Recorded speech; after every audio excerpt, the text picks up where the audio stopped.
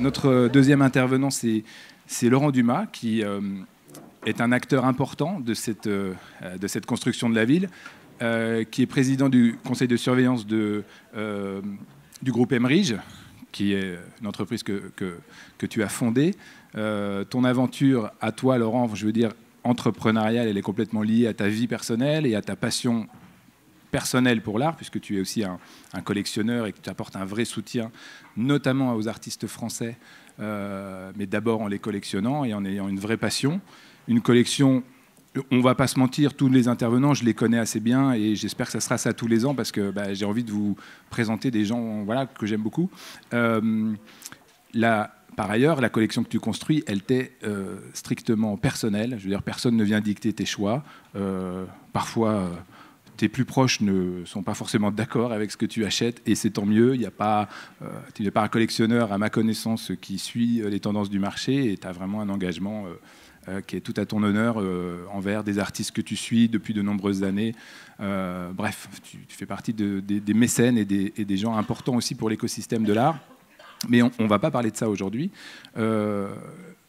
Moi, je t'ai invité dans le cadre d'un programme dont tu es à l'initiative et qui se développe depuis un certain nombre d'années, dont tu vas nous parler, qui s'appelle donc Un immeuble, une œuvre. Vous l'avez compris aujourd'hui, la ligne éditoriale de la journée, en fait, c'est de se promener dans tout ce qui, je dirais, est important pour ces enjeux qu'on essaye de définir. Il y a quand même un certain flou, hein, et heureusement, on n'est pas dans une thématique très arrêtée, on est dans ces relations art-ville et quotidien. Comment est-ce qu'au quotidien, finalement, on fréquente l'art? Et je dirais qu'un immeuble, une œuvre, c'est une manière que tu as imaginée dans ton métier pour rendre cet art accessible et implanter finalement de l'art dans le quotidien des habitants et des villes. Est-ce que je t'ai lancé suffisamment et est-ce que c'est clair pour ce que tu fais? Donc Emerige, que tu présides désormais, c'est une entreprise qui est un promoteur immobilier, qui construit des immeubles. Je ne suis pas forcément un grand spécialiste, tu diras mieux que moi ce que vous faites précisément, parce qu'il y a parfois des termes un peu techniques. Et essentiellement, votre activité du groupe Emerige se développe plutôt à Paris, en région parisienne, et dans le sud de la France, autour de Nice et sa région. Voilà pour situer un petit peu le contexte. Un immeuble, une œuvre, mon cher Laurent. Bonjour à tous. Je vais juste préciser qu'on fait avec Gaël on a un programme de soutien aux jeunes artistes qui s'appelle la Bourse Révélation Emerige. On va faire la 10e édition cette année et je veux saluer l'exceptionnel travail qu'a fait Gaël depuis donc presque 10 ans, la capacité qu'il a eu à capter ces jeunes artistes. Tout cela venait de conversations que j'avais pu avoir avec le directeur des Beaux-Arts de Paris, qui constatait qu'une grande partie des artistes qui sortaient diplômés, parfois les meilleurs, parce qu'on ne leur avait pas appris ce qu'était le marché de l'art et comment ça fonctionnait, se perdaient, parce qu'après avoir été boursiers, après avoir été aidés par les parents, il n'y avait plus de ressources, et donc ils essayaient de trouver leur voie dans le marché de l'art, et ne le trouvaient pas, et étaient perdus d'une certaine façon pour la création. Et fort de ce constat, on a voulu accompagner les jeunes créateurs. Donc c'est un prix qui est réservé aux artistes de moins de 35 ans, n'étant pas dans une galerie. Et le but, c'est de les faire entrer dans une galerie. Et donc, pour vous donner une idée, grâce au talent de Gaël, c'est plus de 1000 candidatures par an. Ce sont 12 artistes sélectionnés qui sont montrés et exposés par Gaël dans le cadre d'une exposition qui est vraiment muséale, qui est devenue très réputée dans l'environnement de l'écosystème artistique et qui tourne autour de l'art contemporain. Et on fait venir, pendant cette exposition, on montre les 12 artistes et on fait venir des institutions, des galeries, des collectionneurs, des privés, enfin de tous les horizons. L'idée étant de faire évidemment rentrer le lauréat dans une galerie, puisque c'est le principe même de ce prix, c'est que l'artiste rentre dans une galerie, mais aussi d'en faire rentrer le plus grand nombre parmi les 12 qui sont montrés. Donc au bout de 10 ans, c'est schématiquement 120 artistes. Tous n'ont pas eu une carrière incroyable, mais la majorité ont une carrière, sont soutenus aujourd'hui par des galeries françaises, des galeries internationales. Et le tout partait du principe que, vivant sur le territoire français, moi je suis parisien, je suis français, je constatais que beaucoup se parlaient, et des artistes allemands, et des artistes italiens, et des artistes américains, et qu'on était les derniers à soutenir nos propres artistes. Et c'est parti de là, et d'une certaine façon, je dois ce succès à Gaël. Donc tout ça pour vous dire que la ville du Havre a une chance inouïe d'avoir Gaël pour s'occuper d'un été au Havre. J'ai évidemment soudoyé Laurent, vous en doutez, plusieurs minutes avant pour que... Une fois que ça c'est dit, on est... donc moi, mon métier, comme l'a dit Gaël, c'est de construire des immeubles. On construit des immeubles de logement, on construit des immeubles de bureaux, on construit des hôtels, on construit des commerces, principalement à Paris et en Île-de-France. Mais donc principalement en Île-de-France, puisque Paris est un petit marché, même quelqu'un l'a rappelé tout à l'heure, la ville est très dense. Donc il reste peu de projets à construire, il reste peu de choses à construire. Et donc majoritairement, on est promoteur dans ce qu'on appelle la première et seconde couronne de Paris, mais aussi dans le sud, à Nice et dans tout ce qu'on appelle la Côte d'Azur. Il y a quelques années, en 2015, en fait, je constatais qu'il y avait un certain nombre de promoteurs dont j'étais proche, qui individuellement procédaient à des commandes artistiques. Ici, des commandes éphémères, ici, des commandes pérennes. Et on en a nous-mêmes commandé une en particulier sur la transformation de l'ex-siège des douanes, qui est au cœur du 7e arrondissement de Paris. Une œuvre qui a été commandée à Gérard Garouste et qui était une œuvre monumentale qui était évidemment visible de l'extérieur pour une partie, mais aussi visible par les occupants. C'était un immeuble de bureaux et donc qui participait à la vie de ceux qui allaient y travailler. Tout ça partant de plusieurs principes. D'abord, qu'il faut essayer d'offrir un maximum d'accès à l'art à tous ceux qui en sont éloignés ou à ceux qui n'y sont pas confrontés. Tout ça pour mettre en avant évidemment les artistes principalement vivant sur le territoire français, alors vivant sur tout le territoire, puisque un immeuble, une œuvre, je vais vous l'expliquer, mais est ouvert évidemment à tous les artistes vivant sur le territoire. Vivant sur le territoire, artistes français ou étrangers, mais plutôt vivant sur le territoire. L'idée est de soutenir la création qui s'exprime et qui vit en France. Et voyant qu'il y avait plusieurs initiatives à droite et à gauche, chez un certain nombre de mes confrères, j'ai eu la chance d'avoir un déjeuner organisé par Arthur Toscan du Plantier, qui est là, avec Fleur Pellerin, quand elle était ministre de la Culture.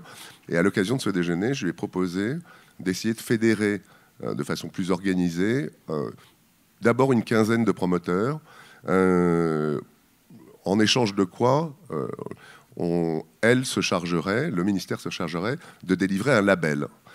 C'est un label donc, le label s'appelle Un immeuble, une œuvre. Il ne coûte rien à l'État, puisque c'est juste un label qualitatif, c'est une sorte de label culturel qui est affiché sur l'immeuble. Il engage les promoteurs à installer des œuvres d'art dans les immeubles et plutôt dans les parties autour des immeubles qui sont visibles par le plus grand nombre, donc non seulement par ceux qui vivent ou travaillent ou passent dans les immeubles, mais aussi ceux qui passent dans le quartier dans lequel est construit cet immeuble. Elle m'a dit banco à l'occasion de ce déjeuner, pour autant que j'ai l'accord d'un minimum de quelques promoteurs. Donc j'ai appelé dans la journée 15 promoteurs, j'ai eu 2 refus, j'ai eu 13 acceptations immédiates. On a dans la foulée organisé une réunion avec la ministre et les 13 patrons de ces sociétés de promotion. Et la charte a été signée en 4 mois, ce qui peut ne pas vous dire grand-chose pour beaucoup d'entre vous, mais ce qui est un record en matière de signature entre le public et le privé, et un engagement qui est une sorte de partenariat, encore une fois, qui ne coûte rien à l'État, qui coûte aux promoteurs. Mais là encore, je partais d'un principe qu'on dépensait des sommes folles parfois dans l'aménagement de parties communes, dans l'aménagement parfois dans des choix légèrement douteux, et qu'il était sans doute beaucoup plus efficace et beaucoup plus intéressant et bien meilleur de confronter les populations qui allaient vivre dans nos immeubles ou qui allaient y travailler à la création. Et en partant d'un principe, c'est que les promoteurs privés construisent 4000 immeubles par an, schématiquement, quand le marché se porte bien, 4000 immeubles par an, en imaginant qu'on réussisse à en capter au bout d'un certain nombre au moins 1000, ce qui est le cas, enfin on n'est pas tout à fait à 1000, mais on est à 650 commandes aujourd'hui, œuvres installées. Dans chaque immeuble, pour faire un petit calcul assez simple, on construit des immeubles qui ont une moyenne de 80 logements, vous avez en moyenne 3 habitants par logement, donc vous avez en moyenne de 240 personnes qui vivent dans ces logements, qui reçoivent chacun au moins une personne, donc vous avez disons 1000 personnes par immeuble. Globalement, une fois que vous avez fait 1000 immeubles, vous avez schématiquement 1 million de personnes qui peuvent être confrontées, qui peuvent échanger autour de l'art, autour de la création, autour de ce qui se fait sur nos territoires, partant du principe par ailleurs que on peut échanger parfois bruyamment, parfois violemment autour de l'art, mais ça ne sera jamais un conflit violent dans les gestes. Ça peut être parfois très agité, mais fondamentalement, je pense que ces échanges nourrissent le dialogue, ces échanges permettent à ceux qui vivent dans nos immeubles, à ceux qui y travaillent, d'avoir des sujets autres que ceux qui sont beaucoup plus polémiques. Et donc, d'une certaine façon, l'art, je pense, réduit une part des inégalités, et l'idée étant évidemment de mettre des moyens conséquents sur ces œuvres d'art pour qu'elles soient visibles dans tous les territoires dans lesquels on intervient. Aujourd'hui, il y a plus de 75 promoteurs qui ont rejoint la charte. Il y a donc plus de 650 œuvres qui ont déjà été installées. C'est un programme qui, en termes de nombre d'œuvres commandées, achetées, est devenu plus important que le 1% culturel. Et qui fait boule de neige et qui permet à des artistes de vivre de la commande qui leur est faite, à des populations qui vivent dans les immeubles de logements sociaux, de logements intermédiaires, de logements privés, d'échanger autour de la création, à ceux qui vivent dans les immeubles de bureaux de ne pas être simplement confrontés à leur quotidien du travail, mais aussi à la création. Et puis c'est aussi pour ceux qui travaillent autour de ces projets, que ce soit les entreprises de travaux, que ce soit les ouvriers du bâtiment, que ce soit les architectes, les ingénieurs. C'est aussi une façon de créer du dialogue et de créer une part de se soustraire au quotidien difficile du bâtiment et de la construction qui est parfois complexe, de s'échapper et de ne plus parler que d'art pendant tout le moment qui est consacré à ce programme. On regarde quelques images. Voilà. Est-ce que tu veux les commenter? Je ne sais pas exactement ce que tu vas montrer, donc j'espère pouvoir les commander. Alors ça, c'est probablement des choses que tu as déjà dites. Voilà. Alors ça c'est une œuvre. Ça, c'est une de celles que nous on a réalisées. C'est une œuvre qui a été commandée à Eva Jospin, qui est en fait l'entrée d'une rue que l'on a créée dans Paris, qui s'appelle Beau Passage, qui est une rue qui est une rue autour principalement autour de la restauration, c'était autour de la gastronomie, mais c'est autour de la gastronomie, mais de la gastronomie accessible. On s'est un peu planté au départ parce qu'on a pensé que puisque c'était un quartier qui était plutôt un quartier avec une population assez aisée, les commerçants qui allaient y être installés pouvaient faire une offre un peu élevée en termes de tarifs. C'était une plantade totale. Mais on a eu la Covid pour nous montrer qu'on pouvait tout à fait se retourner. Et le chef Yannick Aleno, il fait maintenant ses burgers. Thierry Marx y a fait une boulangerie. On a transformé un des espaces en restaurant italien très accessible. Et en fait, c'est maintenant fréquenté par plus de 150 000 personnes par an, c'est plein tout le temps. Et il y a à l'intérieur de cet espace, de cette rue, qui est entre la rue du Bac, la rue de Grenelle et le boulevard Raspail, cette entrée qui était une entrée couverte. Et donc on rentre par une très grande forêt qui a été donc conçue par Eva Jospin, qui se reflète dans le miroir. En fait, vous avez un effet sur l'image. La forêt, elle est à gauche, le miroir est à droite. Typiquement, pour permettre de construire cette œuvre, de la faire, on a dû trouver à l'artiste un lieu pour la fabriquer. Elle avait ses machines, mais elle n'avait plus de lieu pour la fabriquer parce que c'était trop grand. Donc on lui a trouvé un espace éphémère pour pouvoir le fabriquer. Et surtout, c'est devenu l'entrée emblématique de ce lieu. C'est une des œuvres qui a été installée, puisque à Beau Passage, vous en avez 1, 2, 3, 4, 5 œuvres aux 3 entrées, plus à l'intérieur 2 sculptures monumentales qui ont été faites par Stefan Rink, qui est un artiste allemand, et Marc Velay, qui est un artiste français. Petite précision sur les usages. La dernière fois que j'y suis passé, ici, je ne vous dis pas à quel point c'est pratique pour se recoiffer, pour s'enlever les miettes de quand on a mangé un truc de chez, tu le disais, la boulangerie de Thierry Marx. Et donc c'est marrant parce qu'en fait on se regarde et on a toujours l'œuvre, on est inclus dans l'œuvre en fait avec le miroir. C'est assez malin et ça a un effet cinétique assez fort. Hein. On n'a pas aujourd'hui d'intervention, je dirais, sur la manière dont on peut accélérer la ville, la freiner, etc. Mais c'est tout un tas d'enjeux que j'espère on abordera dans les prochaines éditions de Métamorphose. La circulation, les fluides, on l'a vu un peu avec Isabelle. Bref, je referme cette parenthèse. Alors oui, le programme, typiquement, donc là, la première que vous avez vue est totalement accessible au public puisque c'est une rue, donc par essence, elle est ouverte, même si c'est un statut privé, mais elle est ouverte au public. Dans certains cas, puisque c'est un programme qui est toujours fait avec les élus du territoire et les habitants des immeubles dans lesquels que l'on va construire et qui sont destinés à y habiter. Et là, typiquement, c'est sur l'espace public. Il y avait jadis, c'est à Pantin, en bordure du canal, et il y avait historiquement une très grande cheminée. Enfin, c'était un quartier très industriel qui a été transformé par la municipalité et son maire qui est très attaché à la transformation et à la rénovation des quais le long du canal. Et il y avait la trace d'une ancienne cheminée. On avait du reste un certain nombre de plans et de photos de cette usine et de cette cheminée.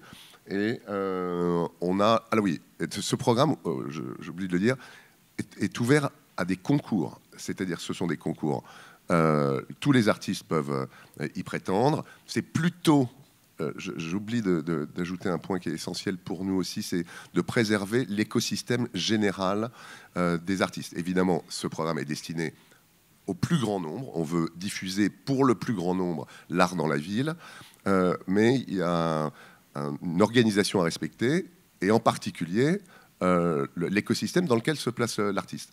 Donc, la plupart du temps, on passe par les galeries, parce que un artiste sans galerie, puisque c'est ce qu'on essaye de faire avec Gaël depuis 10 ans, le principe est de le faire rentrer dans une organisation et donc dans une galerie, il n'est pas question de passer outre le travail que fait la galerie pour ce type de commande. Donc on passe par la galerie.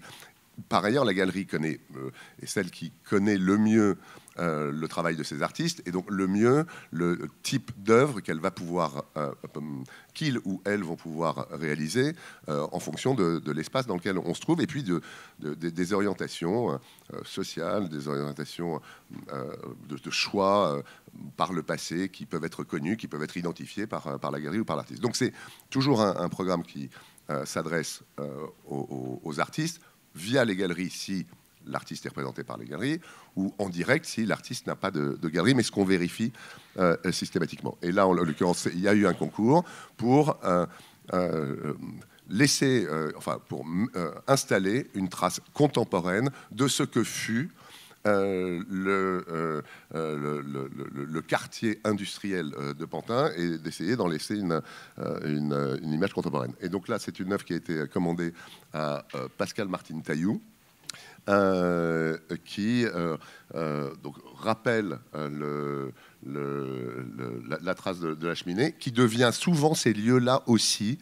Mais je pense que vous le vivez au Havre, quand ces œuvres sont justes, quand ces œuvres sont bien appréhendées par la population, par aussi les élus, parce que les élus connaissent a priori très bien leur population, eh bien ça devient des lieux de rencontre. Alors parfois on se rate pour tout un tas de raisons, et puis mais enfin, l'objectif est quand même que les Pantinois ou ceux qui veulent se retrouver à un moment puissent avoir comme lieu de rencontre, lieu de rendez-vous, La cheminée de Pascal Martin-Taillou. Et c'est typiquement une œuvre dans laquelle on peut s'y asseoir, on peut la voir. Elle est faite de verre, elle est faite de briques et elle est faite d'incrustations dans le socle que vous y voyez, et d'incrustations dans le sol, puisque elle s'est légèrement étendue dans le sol. Et donc là encore, typiquement, c'est un partenariat public-privé en dehors même de la charte et du label Un immeuble neuf dont je vous ai parlé. C'est un partenariat avec la ville qui a décidé de nous accompagner dans les aménagements que vous voyez, les aménagements qui étaient prévus, et nous, on a offert l'œuvre à la ville.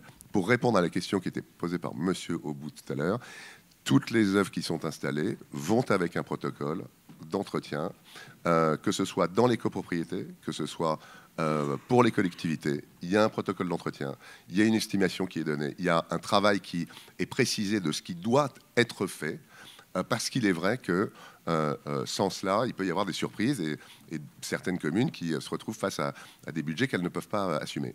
Je vais juste ajouter une petite chose dans ce que je croyais comprendre de la question que vous posiez également tout à l'heure. Les œuvres ne sont pas abîmées. C'est rarissime. Il y a un très grand respect des populations. Il y a un très grand respect de ceux qui s'approchent, qui voient ces œuvres. Il y a un très grand respect de ces œuvres. Elles ne sont pas abîmées, elles ne sont pas taguées, elles ne sont pas cassées. Encore une fois, on peut être dans du débat j'aime, j'aime pas, et finalement c'est ce à quoi cela sert. C'est aussi d'avoir ces débats-là. Mais globalement, en tous les cas, sur les 650 œuvres qui ont été installées, et on les voit quand même régulièrement, et puis il y a un comité qui est présidé par Arthur, il y a un retour, il y a un certain nombre de membres qui... et du coup, les 75 promoteurs, c'est dans toutes les régions, hein, parce que c'est plus du tout parisien, cette histoire-là. Hein. C'est maintenant sur tout le territoire. Et donc, on a des retours qui, globalement, confirment ce que je suis en train de vous dire. Les œuvres sont ultra respectées parce que les populations au sens large, ceux qui les voient, ceux qui viennent les regarder ou ceux qui en profitent dans ou à l'extérieur des immeubles, considèrent que voilà, c'est un traitement particulier qui leur a été offert, c'est une attention particulière, et on est au-delà de la belle boîte aux lettres et au-delà du lustre je ne sais quoi, on est dans une attention, et cette attention, nous on la constate auprès de tous ceux qui vivent, travaillent et passent dans nos immeubles. Préciser aussi que, pas dans tous les cas, mais il y a souvent, dans ce que je connais en tout cas, des artistes qui s'intéressent aussi à la population, au quartier. Je dirais pas rien sur ma future programmation, mais l'idée c'est aussi des directeurs artistiques contemporains, on essaie de réfléchir à la manière de ne pas planter des choses comme ça, comme des fléchettes, mais de comprendre là où on arrive. Et je pense que dans un certain nombre d'œuvres, il y a cette dimension aussi d'études, un peu, c'est pour ça que Isabelle, avant toi, voilà, je voulais montrer aussi la démarche artistique, presque, j'ai envie de dire, exemplaire, c'est-à-dire qu'on n'arrive pas comme ça en jetant un truc, mais il y a une vraie compréhension des enjeux, du contexte et tout, et c'est le cas pour un certain nombre d'œuvres. Alors, à mon avis, il va falloir quand même qu'on commande vite, parce que vu le nombre qu'on a à voir, alors dis-moi sur lesquels tu veux que je m'arrête. D'ailleurs, on voit différentes typologies. Là, on est beaucoup plus sur du mur peint. Non, il y en a une en éphémère qui... alors ça, c'est une sortie de métro. C'est pour vous dire que ça peut s'exprimer vraiment partout. C'est une sortie de métro qui a été faite par un artiste allemand, donc ne vivant pas sur le territoire. C'est pour ça que je vous disais, ce n'est pas exclusif. En revanche, ça avait été fait par un commissaire d'exposition, lui, français, vivant sur le territoire. Et ça, c'est un partenariat du coup qu'on a fait avec la RATP, la ville, parce qu'il fallait avoir l'autorisation de surpasser l'espace public, il fallait l'autorisation d'installer une œuvre dans la RATP, mais la RATP a une tradition de commande d'œuvres. Enfin, on avait, en tous les cas, on l'a un peu réveillé à cette occasion. Et c'est donc la sortie du métro d'un nouveau quartier à Paris qui s'appelle les Batignolles. Qui est un bel exemple de transformation urbaine. Voilà. Et en fait, là, on ne le voit pas, mais bon, c'était un peu... C'est plutôt intellectuel comme idée, mais chaque panneau doit s'éclairer en fonction de l'heure dans laquelle vous vous trouvez dans la journée. Bon. Mais en fait, personne n'a jamais rien compris, donc voilà.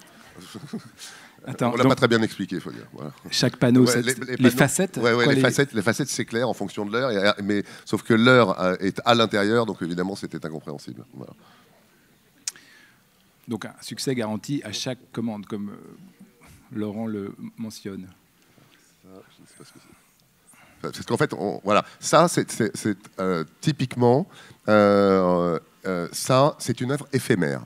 Parce qu'il y a la part de ce qu'on va laisser, et puis il y a la part de ce qui gêne ceux qui vivent dans les quartiers dans lesquels il y a des chantiers, et on est tous heurtés par le bruit, par la poussière. Donc il y a plusieurs moyens d'essayer de compenser ça par une forme de générosité.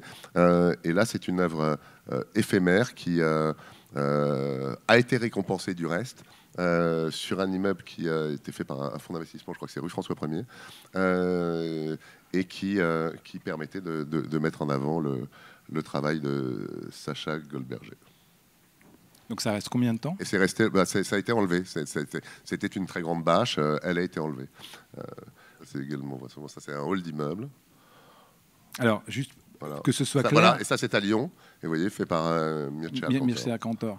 Que ce soit clair, toi tu as été à l'initiative de ce programme. Aujourd'hui, tu n'interviens pas. Je veux dire, je ne sais pas, Bouygues, je ne sais pas d'ailleurs, peut-être tu peux dire quelques noms des promoteurs, enfin, qui fait partie de les premiers à être venus là-dedans sont Bouygues, Eiffage, Vinci. Parce qu'il fallait des gros porteurs du programme pour tout de suite engager Quartus, Ogic, Compagnie de Strasbourg. Voilà, on était 13 au départ, et puis aujourd'hui on est 75 avec tous les promoteurs régionaux. Que je ne vais pas tous citer parce que voilà. Mais toutes les régions se sont appropriées ce programme. Il y a des directions régionales de la Fédération des promoteurs qui a joué le jeu de façon absolument remarquable sous l'impulsion de sa présidente qui s'appelait Alexandra François Cussac. Elle est toujours de ce monde, mais elle a quitté la présidence. Et elle a beaucoup poussé le programme, et donc les promoteurs régionaux sont venus. J'invite tous les personnes qui vivent au Havre à vérifier que les promoteurs qui agissent au Havre sont bien entrés dans ce programme, et sinon... tu les encourages? Vous pouvez le leur suggérer. Techniquement, juste, si jamais il y avait un promoteur dans la salle, je n'en suis pas certain, comment ça se passe pour un promoteur? C'est une adhésion à l'association? Non, il signe, en fait, oui, il signe la charte, qui est une charte donc, qui est co-signée par le ministère de la Culture, et il s'engage à réaliser une œuvre. Alors, ce sont des œuvres de commande, hein. Enfin, il y a une volonté, on n'oblige personne, mais on incite plutôt à l'œuvre de commande. L'idée n'est pas d'aller chercher une œuvre qui existe déjà. C'est arrivé, c'est pas très grave, mais c'est plutôt de favoriser la création et de favoriser le travail justement dans un environnement spécifique. Après, une fois qu'il a signé la charte, eh bien, l'idée qui est suivie par la majorité des signataires est d'organiser des jurys. On fait intervenir souvent le maire, on fait intervenir son adjoint chargé de la culture, on fait intervenir un représentant des habitants ou des bureaux, évidemment l'architecte, parce que l'architecte doit être associé à ce choix, et puis le promoteur. Et traditionnellement, il y a 3 artistes qui présentent une offre.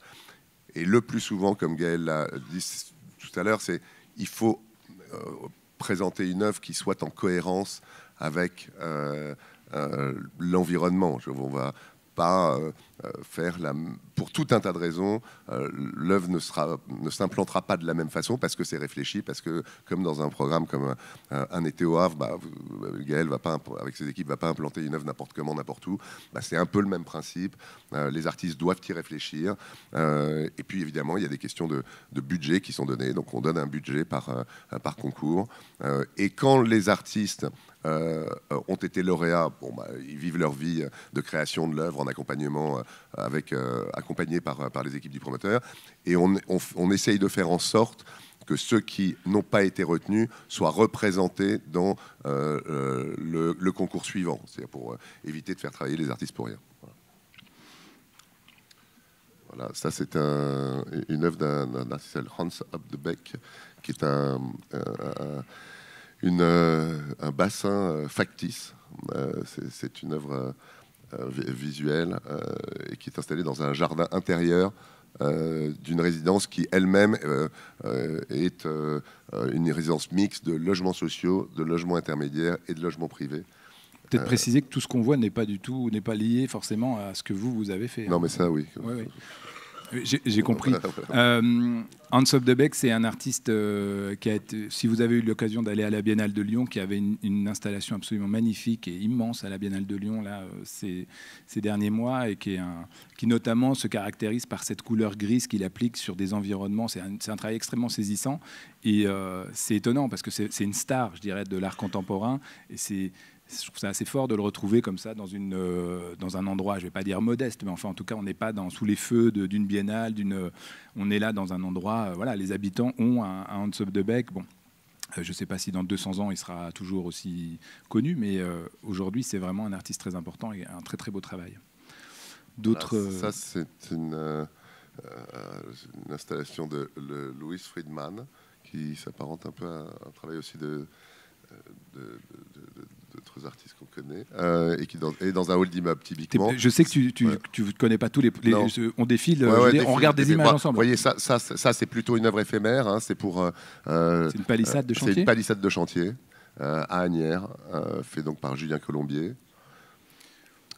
Ça, c'est une œuvre sur un pignon de façade par Carmen Perrin. C'est dans le 13e arrondissement, et c'est une œuvre qui va changer de couleur en fonction de la lumière qui lui est portée. D'accord. Voilà, ça, ce sont des œuvres Benoît Maire, c'est dans un immeuble à Levallois-Perret. Et ça, c'est un immeuble à Nantes par Cyprien Chabert. Voilà, c'est vous dire, c'est sur tout le territoire. Ça, c'est à Ivry-sur-Seine. Voilà, tout ça. Alors, il y a donc, vous comprenez, espace public. Parfois, pour tout un tas de raisons, on ne peut pas se mettre sur l'espace public. Donc, on fait en sorte, les promoteurs font en sorte que l'œuvre soit au moins visible de l'extérieur. Donc, quand il y a un jardin, c'est assez facile. Après, quand on est très contraint par une situation d'urbanisme qui elle-même nous enferme un peu, on fait en sorte que l'œuvre soit visible, soit par le hall, soit par une percée qui peut être visible de loin, soit parfois que par les habitants de l'immeuble ou ceux qui y travaillent. Peut-être tu nous diras un mot après l'intervention de Laurent ou... Bon, tu verras. On a aussi quelques complices de ces programmes qui sont, ou en tout cas impliqués dans l'art urbain. Cette œuvre, je la trouve assez marrante, ça s'appelle Balle de Break.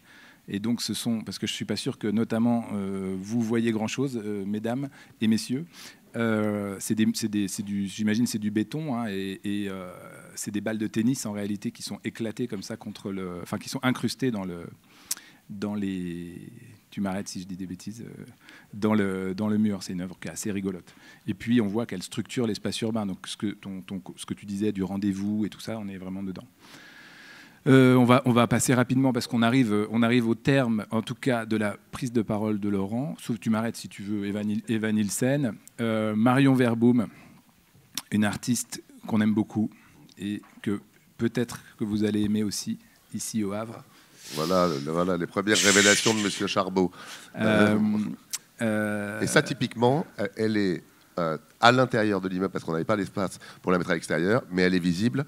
Alors, de là où on serait, de là où vous êtes, en fait, vous êtes dans la rue. Alors, il y a une petite barrière devant qui permet l'accès à la copropriété, mais elle est visible de la rue. Juste un mot sur son travail. En fait, c'est un empilement. C'est un empilement de fûts, un peu. Elle travaille. Enfin, cette série-là, hein, c'est des colonnes, évidemment. Tout ce qu'on connaît de la colonne et de son histoire architecturale. Et bon, on ne perçoit pas très bien parce qu'on est un peu loin là, mais en fait, chaque élément de ces fûts sont soit faits en pierre, en marbre, en résine, avec un niveau de détail assez poussé. Et c'est très, je veux dire, c'est très gourmand. Je ne sais pas comment dire ça. C'est vraiment, quand on regarde son œuvre, je veux dire, on on a toutes ces finitions, plein d'humour, il y a plein de petits personnages, enfin, c'est vraiment une artiste qui est très très fine, et puis qui a ce plaisir des matériaux, quoi. Je veux dire, c'est du béton, de la pierre, des choses taillées, c'est très complexe parfois comme mise en œuvre, ça pèse plusieurs tonnes, et c'est vraiment un travail très très beau de relecture comme ça de la colonne. Mince, pardon. Mathieu Péricot à Massy. Tu veux dire un mot sur ce... Ça, je veux juste dire un truc là-dessus. Là, l'œuvre, c'est la façade. Et en fait, on a demandé... Ça ne se voit pas très bien sur cette... mais en fait, ce sont des très grands panneaux de béton qui ont été entièrement... Ça part d'une sculpture en bois, réalisée là aussi par Eva Jospin. Très grande sculpture murale qui faisait plusieurs mètres de long, 6 mètres de long, je crois, sur à peu près la hauteur dont on avait besoin pour faire l'immeuble. Cette sculpture a été déplacée, a été moulée, et on a essayé de trouver, on a finalement trouvé une entreprise allemande pour couler des bétons, et c'est des bétons qui donc reproduisent la sculpture d'Eva. Et donc tout l'immeuble, dont on ne voit qu'un morceau là, c'est un sujet assez grand, tout l'immeuble est une immense façade en œuvre d'art. Voilà. Donc c'est pour montrer que ça peut aller aussi sur des matériaux, ça peut aller aussi évidemment sur la création. On ne s'arrête pas aux arts plastiques. Moi, c'est plutôt mon choix. C'est plutôt le choix chez Emerich, mais ça peut être du design, ça peut être une nouvelle façon de regarder un extérieur, ça peut être un auvent designé, ça peut être de la musique, ça peut être olfactif. Il peut y avoir d'autres façons de vivre l'art dans les immeubles que par l'installation juste d'œuvres d'art. Là, c'en est une démonstration à l'inverse très invasive. Merci Laurent pour cette petite présentation. Je pense que la dernière image, c'est aussi une vue de cet immeuble. Ah non, c'est une citation que tu n'as pas manqué dans tes lectures de Nietzsche. Absolument. L'art est rien que l'art. C'est lui qui nous permet de vivre, qui nous persuade de vivre, qui nous stimule à vivre. Waouh. Magnifique.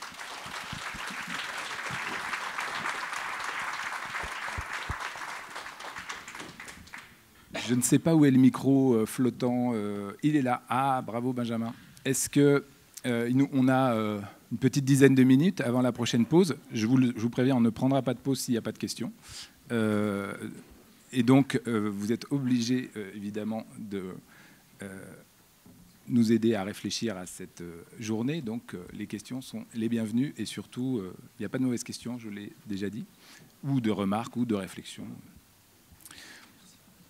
Pour la suite du programme, nous recevrons après Laurent Pascal Lyonnais. Bientôt, vous allez découvrir qu'il y a un food truck dehors qui va vous permettre de vous restaurer. Et oui. Monsieur. Bonjour. Bonjour. Bonjour. Du coup, j'ai noté des choses, notamment par rapport, à un été au Havre, notamment, mais aussi justement à la dispersion de l'art dans les villes. On a remarqué, et du coup vous devez le savoir, la plupart des œuvres qui sont ici au Havre, pérennisées, sont beaucoup en centre-ville. On a une seule œuvre qui s'appelle Parabole et qui se trouve sur les plateaux hauts. Est-ce que dans l'idée, justement, l'art va... En tout cas, ça a l'air de prendre cette direction, mais est-ce que justement l'art va se déplacer et aller sur les autres plateaux, se disperser, justement dans cette même idée que ce qu'on a vu là? Laurent. Non, je plaisante. Oui, alors je veux vous parler de mon programme au Havre. Gaël, je te laisse répondre. Je vais répondre très vite parce que, évidemment, moi je suis évidemment ravi de vous répondre, mais c'est plutôt des questions plutôt pour nos intervenants. Mais oui, bien sûr, c'est évidemment dans mes réflexions d'étendre le travail qu'a fait Jean Blaise ici depuis 5 ans a effectivement énormément dynamisé ce centre Perret. Je trouve qu'on a une base formidable de justement un point d'appui qui est très à la fois photogénique, à la fois qui marque les imaginaires des gens qui viennent au Havre aussi, pas seulement les habitants, mais aussi les gens qui les découvrent. Je pense évidemment aux croisiéristes. Je ne sais pas s'il est parti, là, le dernier qu'on avait hier, mais enfin, on sait l'impact aussi et la fréquentation du Havre depuis l'étranger. Et une de mes ambitions, c'est évidemment d'élargir géographiquement les propositions d'un été au Havre. Et je dirais que notre rendez-vous aujourd'hui, c'est déjà une forme d'élargissement, puisque c'est plutôt un élargissement temporel. C'est un rendez-vous d'un été au Havre en février. Et je vais... alors, il est un peu tôt pour que je dévoile encore ma programmation, mais dans les intentions, il y a une volonté, effectivement, bien sûr, auquel on a beaucoup réfléchi, d'étendre. Et puis, j'espère que ça ne vous contrariera pas, mais je vais être là plusieurs années, normalement au moins 4 ans. Donc, j'ai un programme sur... pas seulement 2023, mais effectivement de m'étendre, parce que moi-même, j'ai découvert en fait plein d'endroits incroyables en ville qui ne sont pas que le centre Perret, qui effectivement, quand on a une demi-journée, on fait le centre Perret, mais il y a plein d'autres endroits magnifiques. Et moi, je le dis souvent, pour moi, le Havre, c'est vraiment une ville de paysages successifs. C'est une ville qui est très cinétique, c'est une ville qui est très fluide, qui glisse beaucoup. Enfin, je veux dire, au sens où moi, je suis assez fan de la trottinette ou du vélo ici. Et ça nous invite évidemment à nous promener. Et alors le vélo, dès qu'on va vers la ville haute, il faut quand même des gambettes ou un petit coup de moteur électrique, mais en réalité, tu as déjà vu ça. Au Havre, ce qui est magnifique, c'est que dès qu'on va sur la ville haute, évidemment, on a aussi ce point de vue sur la mer. Et, bref, j'ai toutes les bonnes raisons de continuer à aller dans le sens de cette ville paysage, quoi. Donc c'est tout à fait dans mes intentions. Pour répondre de manière courte, Madame... Il faut qu'on vous... Oui, je voulais juste rajouter, c'est sur ce que M. Dumas a dit du coup tout à l'heure, c'est sur, je vais très vite, c'est sur le fait que les gens ne dégradent pas. Et effectivement, c'est un bon message à passer, même aux promoteurs, etc., que les gens n'ont pas volonté à dégrader forcément des œuvres qui leur sont mises justement à disposition. Donc je trouvais ça intéressant comme message à passer justement plus largement. Ici, on le voit, hein, d'ailleurs, le temps que le micro circule, je veux dire, la Catène... J'ai pas vu souvent des grosses dégradations sur la Catène. Enfin, la majorité des œuvres, elles sont en super bon état. Le micro, c'est ici. Mais bon, il y a un travail d'entretien aussi qui est quand même indispensable. Toujours quelqu'un qui a un petit marqueur dans la poche et qui a envie de célébrer sa récente histoire d'amour. Ça peut arriver. Oui, donc je voulais en fait poser un peu la même question à Laurent Dumas, puisque j'ai eu le sentiment, donc en voyant les œuvres, qu'on voyait surtout les arrondissements centraux de Paris, le 92, donc quid de la grande couronne de villes comme, je sais pas, voilà, peut-être plus défavorisées. Alors, nous, pour ce qui nous concerne, on travaille à la fois dans des quartiers du centre de Paris et à La Courneuve et à Saint-Denis et à Pantin et partout. Alors là, nous, on a une règle, c'est que les mêmes budgets sont mis en fonction du nombre d'appartements. Alors il y a parfois plus d'espace et donc un besoin de plus de budget, mais ça ne dépend pas tellement du quartier. Et puis ça va dépendre aussi de la configuration de ce qu'on va avoir dans tel ou tel quartier. Mais c'est autant, et plutôt la banlieue nord, on va dire, mais enfin, je vous cite, voilà, la Courneuve. Et là, on a une très, très grande intervention en ce moment dans d'anciennes usines, les usines Babcock. Et là, on a décidé de faire encore autre chose, qui est parce qu'il y a une partie de logement et puis une partie qui est destinée à un quartier autour des arts, sauf qu'on avait engagé ça avant le Covid, et donc l'essentiel de ceux qui étaient nos acteurs de ces projets sont dans très grande difficulté, parce qu'il faut aussi dire que la période du Covid a mis à mal beaucoup de structures culturelles. Et certes, et même si on a été très aidé par l'État, et très aidé parfois par les collectivités locales, et parfois par tout un tas d'écosystèmes, les structures culturelles se sont retrouvées très en difficulté. Je pense évidemment, enfin vous avez tous vu, même si ça va aller mieux, les fréquentations du cinéma, les fréquentations du théâtre. Bon, donc tous ces acteurs-là étant un peu en difficulté, on a démarré l'opération de logement et on a activé le site de Babcock, qui est un énorme site industriel, donc pour les populations de la Courneuve, alors là, qui sont des populations complexes socialement, avec des revenus faibles, beaucoup de taux de chômage, Et donc, on pense fondamentalement que de les faire revenir à la culture est absolument essentiel pour leur redonner la part d'étincelle qui va leur redonner qui va les remettre dans le mouvement, et en tous les cas leur donner le sentiment, à raison, qu'on fait attention à eux.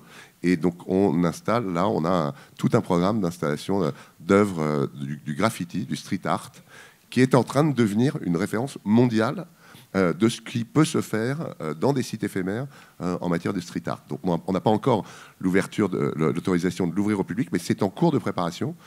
Et à un moment, alors là on peut faire quelques visites privées très organisées, parce que le site est un peu dangereux, on va dire.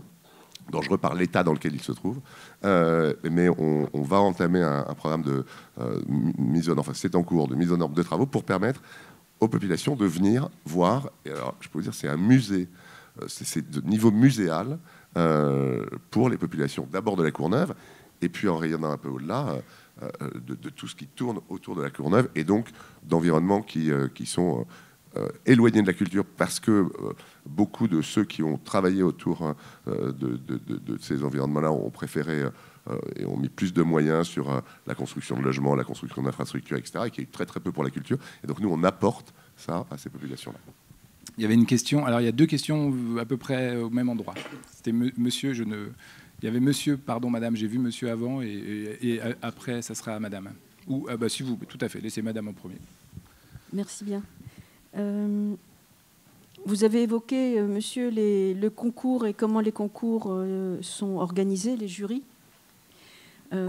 Alors, on a beaucoup dit au sujet du 1% que les artistes avaient été convoqués un peu trop tard par les architectes, par les décideurs, pour réaliser des œuvres dans les commandes publiques, et que dans le fond, ils n'avaient plus beaucoup de marge de manœuvre pour réaliser des pièces intéressantes. Alors je voulais savoir, dans vos projets, à quel moment du processus de construction des immeubles les artistes interviennent, sont conviés ou interviennent, sachant qu'il y a eu des commandes dans l'espace public, notamment à Strasbourg, autour de la construction du tram, qui avait intégré très, très en amont la présence des artistes. Merci d'avance. Alors, on peut le faire très en amont, même au moment avant le permis de construire. Il y a certaines œuvres qui peuvent faire partie de l'objet architectural. Et à ce moment-là, on a un travail à quatre mains, 2 mains par l'architecte, 2 mains par l'artiste. Et donc, on peut le faire très tôt. C'est objectivement assez rare. Mais en revanche, et là, je ne peux engager Cambridge, parce que je ne sais pas comment les autres fonctionnent, mais globalement, une fois que le permis de construire est obtenu et une fois qu'on lance la construction, qui dépend d'un certain nombre de facteurs, mais globalement, quand on lance la construction, nous, chez Cambridge, c'est à ce moment-là qu'on qu'on prépare, en tous les cas, l'organisation du concours. Et globalement, l'œuvre doit être installée, si les délais étaient respectés, on dirait 24 mois, et on va dire que c'est plutôt au bout de 30 mois. Voilà. Schématiquement, entre les intempéries, les retards divers et variés, notre propre responsabilité, etc. Mais donc globalement, l'artiste a un vrai long temps pour préparer son œuvre, pour la fabriquer, enfin pour la présenter, et s'il a été désigné, pour lancer la fabrication, et on l'accompagne dans tout le process. Donc il n'est jamais en risque. Et il a vraiment, enfin, globalement, c'est au moins 18 mois pour installer l'œuvre. Monsieur, je pense que ça sera la dernière question, parce qu'on va essayer de tenir notre timing. Bonjour. J'avais une question qui était un peu en complément de celle qui vient d'être posée. Je suis artiste et accessoirement natif du Havre. Et la question qui me préoccupait, c'était par rapport aux appels à projets. Vous disiez finalement les orienter plus vers des galeries que directement auprès d'artistes. Néanmoins, comment un artiste, lui, peut rentrer dans le circuit pour répondre à ce type d'appel à projet? Alors, si vous n'êtes pas dans une galerie, il y a un journal qui s'appelle Le Moniteur, dans lequel vous avez schématiquement tous les permis de construire. Et donc, il faut repérer, il y a un petit travail de repérage, ça vous demande un boulot, mais il faut repérer les permis de construire. Imaginons qu'il y a un permis de construire au Havre. Il faut repérer, donc il y a un petit boulot, encore une fois. Il faut repérer les permis de construire, suffisamment tôt, mais donc dans leur obtention, vous devez pouvoir le savoir. Une fois que vous avez... normalement, il y a le pétitionnaire, donc le promoteur qui est dedans. Et après, il faut envoyer un courrier, ou il faut appeler, et il faut faire un petit travail de persuasion, ou envoyer un dossier, etc. etc. Mais là, je vous dis au Havre, parce que vous me dites que vous êtes havrais, mais vous pouvez le faire. Déjà, vous pourriez le faire. Alors, ça vous coûtera un peu de sous, mais vous pourriez envoyer, et vous commencez par envoyer 5 dossiers de votre travail, et puis vous l'envoyez à la direction des programmes, où vous essayez d'identifier sur LinkedIn qui fait quoi dans l'entreprise et qui est en charge de ce truc, ou vous écrivez au comité Un immeuble, une œuvre, et le comité Un immeuble, une œuvre va vous renvoyer sur les bonnes personnes à contacter dans les sociétés, voilà, globalement. D'accord. Juste pour finir, donc vous ne rentrez pas dans le cadre légal des 1%, vous devez faire une publication... Non, on n'a rien à voir avec le 1%. On vient en complément de ces commandes-là. Du coup, on a évidemment beaucoup moins de contraintes, puisque c'est une démarche totalement volontaire. Et on est... je serais tenté... Il y a un comité au ministère qui valide... mais globalement, à partir du moment où vous êtes un artiste confirmé et tout, il n'y a pas de problème. C'était juste pour éviter que certaines indélicatesses puissent être commises et qu'on commande une œuvre à notre tante ou à notre cousin et qui n'ait rien à voir avec le milieu artistique, et juste pour faire bon. Donc pour éviter ce genre de situation, il y a une organisation qui valide que l'artiste entre bien dans le cadre du label qui va être délivré, mais globalement c'est extrêmement ouvert à condition d'être artiste. Et après c'est un peu à vous de vous renseigner.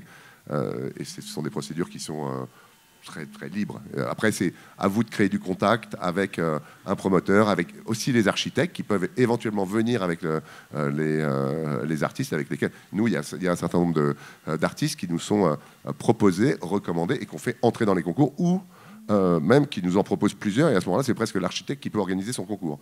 On n'a pas d'opposition à ça. Merci. C'est une petite question, monsieur, ou pas? Petite, hein? Alors, une dernière question, rapidement, parce qu'après, on va à nouveau marquer une pause café et tout ce qu'on veut. C'est une petite question, mais qui ouvre des perspectives. À quoi il y a eu une époque, pas si lointaine, hein, où les façades des immeubles étaient considérées par les architectes comme un lieu d'art. Donc vous nous avez présenté une œuvre qui est donc plaquée sur une façade pour devenir une œuvre d'art, mais si on se promène dans les villes, les façades sculptées, les façades en briques où les architectes savent jouer des couleurs entre les briques, ça semblait vraiment monnaie courante il y a un siècle. Comment expliquez-vous que les architectes fassent aujourd'hui des façades en briques si monotones avec une seule couleur, ne pensent pas à intégrer de la sculpture dans leur façade? Je vous invite à mieux regarder les façades des architectes contemporains qui travaillent la brique. Il y a un travail de mouche à rabier qui est fait, il y a un travail de qualité de brique et de teinte, comme vous l'exprimez. Après, en taille de pierre, c'est vrai que je n'ai pas vu beaucoup d'immeubles recevant une pierre qui soit taillée et qui offre une sculpture en extérieur. Mais ça pourrait se faire. Et c'est là où, aussi au travail de l'architecte, et c'est pour ça qu'on associe l'architecte à tout ce programme d'un immeuble neuf très, très en amont. Si un architecte a envie de faire travailler un artiste en amont, il n'y a pas de sujet. Il y a eu du reste un certain nombre d'un immeuble neuf. On en a vu une autre a été faite par... je ne vais pas citer les artistes, j'en ai un certain nombre en tête, qui sont intervenus sur les façades. Mais sur les matériaux dont vous parlez, et en particulier la brique, je vous invite à regarder le travail de certains architectes extrêmement talentueux, architectes français, qui travaillent remarquablement bien la brique, qui savent l'appareiller, qui savent la dessiner, qui savent calpiner de la brique. Et je vous dis, avec des travaux qui sont, que pour ma part, je trouve... pas au niveau de peut-être l'œuvre d'art dont vous êtes en train de parler, mais en tous les cas, sur ces points-là de différenciation, de nuances et de qualité presque artistique des façades, il y en a. Très bien. Laurent, merci beaucoup pour ton intervention. Merci d'être venu nous voir au Havre. Franchement, merci.